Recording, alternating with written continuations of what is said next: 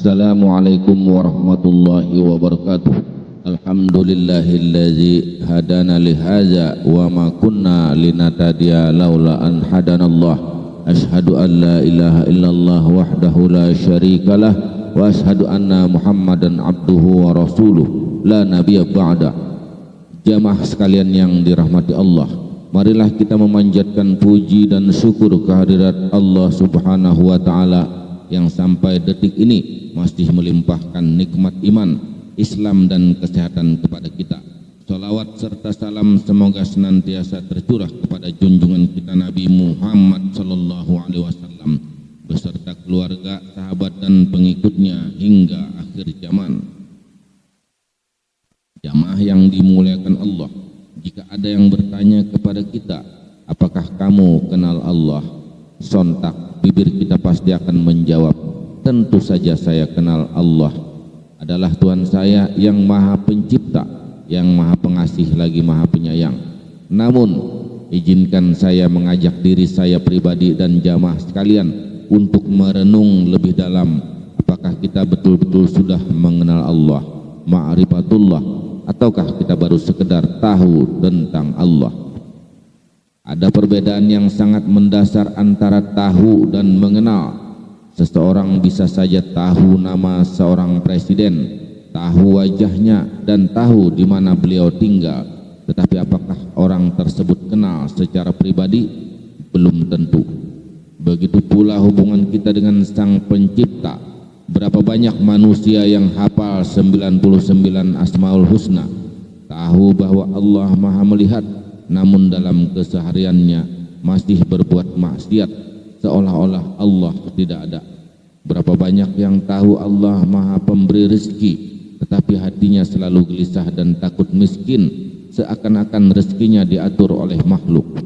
Para ulama menjelaskan bahwa orang yang ma'rifatullah, orang yang sungguh-sungguh mengenal Allah, akan memiliki jejak-jejak perubahan nyata pada jiwa, watak dan perilakunya. Lantas, apa saja tanda-tanda orang yang sudah mengenal Allah? Mari kita cocokkan dengan diri kita masing-masing. Yang pertama, hatinya selalu tenang dan pasrah, tumaninah. Tanda pertama dari orang yang mengenal Allah adalah lahirnya kedamaian yang luar biasa di dalam dadanya. Ia tidak mudah panik ketika diterpa ujian dan tidak jumawa ketika mendapat kesenangan. Mengapa?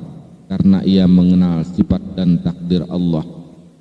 Ia tahu betul firman Allah Subhanahu wa taala dalam surah Ar-Ra'd ayat 28. Artinya, orang-orang yang beriman dan hati mereka menjadi tentram dengan mengingat Allah. Ingatlah, hanya dengan mengingat Allah hati menjadi tentram.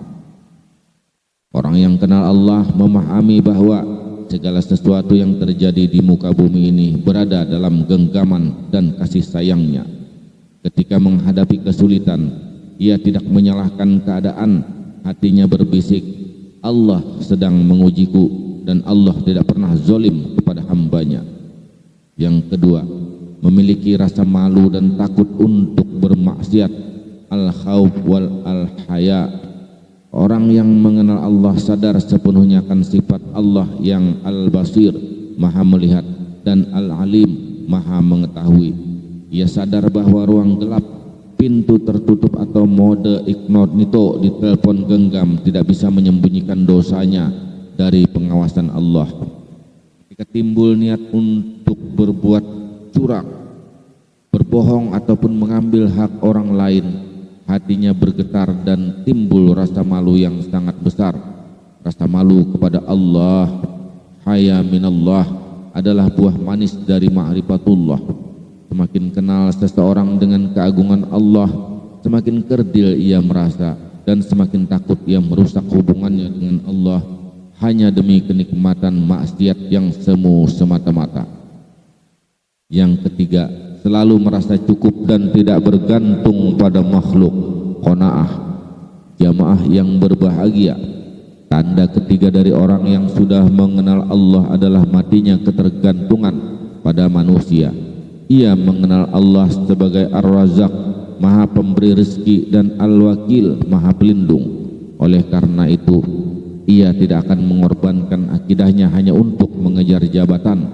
Ia tidak akan menjilat atau merendahkan dirinya di hadapan manusia demi mendapatkan rupiah. Ia yakin bahwa jika seluruh manusia di bumi berkumpul untuk mencelakakannya, hal itu tidak akan terjadi tanpa izin Allah. Begitu pula sebaliknya.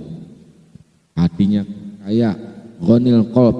Ia bersyukur atas apa yang ada di tangannya hari ini dan bersabar atas apa yang belum menjadi miliknya.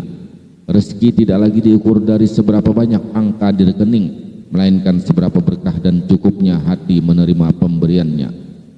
Yang keempat, menikmati ibadah dan ketagihan berkomunikasi dengannya. Bagi orang awam, sholat 5 waktu mungkin dirasakan sebagai kewajiban yang berat, sebuah beban rutinitas. Namun bagi jiwa yang telah mengenal Allah, sholat dan ibadah adalah kebutuhan dan kenikmatan. Rasulullah SAW pernah bersabda kepada Bilal bin Rabah radhiyallahu an, "Istirahatkah kamu dengan sholat, wahai Bilal?"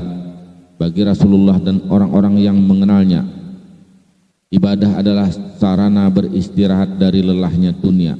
Saat sujud, ia meresapi bahwa ia sedang berbisik kepada penguasa alam semesta. Zikir bukan lagi sekedar gerak bibir, melainkan sarana mencurahkan kerinduan jiwa. Apakah kita sudah merasakan manisnya iman, halawatul iman seperti ini? Ataukah sholat kita masih terburu-buru seperti patukan ayam, sekedar menggugurkan kewajiban? Yang kelima, akhlaknya lembut dan penuh kasih sayang, akhlakul karimah. Seseorang yang dekat dengan sumber kasih sayang Ar-Rahman dan Ar-Rahim secara otomatis akan memancarkan kasih sayang itu kepada sesama makhluk. Ia tidak mudah marah, tidak suka merendahkan orang lain, dan tidak menyimpan dendam. Orang yang mengenal Allah sadar bahwa dirinya pun adalah hamba yang penuh dosa dan merindukan ampunan Allah. Dan bagaimana mungkin ia bersikap sombong dan hati kepada hamba Allah yang lain? Langkah untuk mengenal Allah, jamaah sekalian. Setelah mendengar tanda-tanda di atas, mungkin timbul pertanyaan di hati kita, bagaimana caranya agar kita bisa sampai pada derajat mengenal Allah? Yang pertama, pelajari Asmaul Husna dan sifatnya. Jangan hanya dihafalkan kata per kata, tetapi renungkan maknanya dan hadirkan dalam kehidupan sehari-hari. Yang kedua, tadabbur Al-Quran. Bacalah Al-Quran beserta artinya. Al-Quran adalah surat cinta dari Allah agar kita mengenal siapa Tuhan kita. Yang ketiga, renungi ciptaannya, bertafakkur. Pandanglah langit, diri sendiri dan alam semesta. Semuanya adalah bukti keagungan Sang Pencipta. Yang keempat, perbanyak zikir dan doa. Mohonlah kepada Allah agar kita dibukakan untuk bisa mengenalnya lebih dekat. Jamaah yang dirahmati Allah, mengenal Allah adalah puncak kenikmatan di dunia dan gerbang menuju kebahagiaan di akhirat. Sebelum maut menjemput dan melipat lembaran amal kita, marilah kita perbaiki hubungan kita dengan Allah.